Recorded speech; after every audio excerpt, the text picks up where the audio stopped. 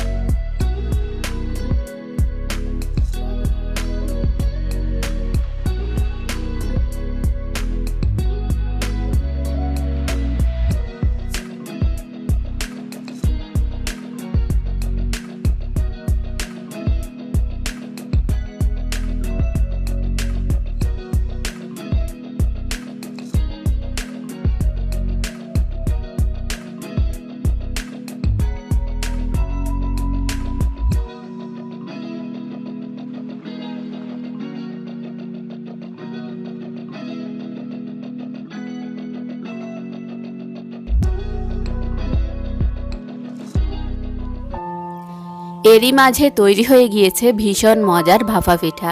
এই রেসিপিটি গরম গরম খেতে অসম্ভব মজার। রেসিপিটি ভালো লাগলে বাসায় অবশ্যই ট্রাই করবেন। আর এইরকমই সব মজার মজার রেসিপি পেতে আমার চ্যানেলটিকে প্লিজ এখনই সাবস্ক্রাইব করুন। ভালো থাকবেন সবাই। আল্লাহ হাফেজ।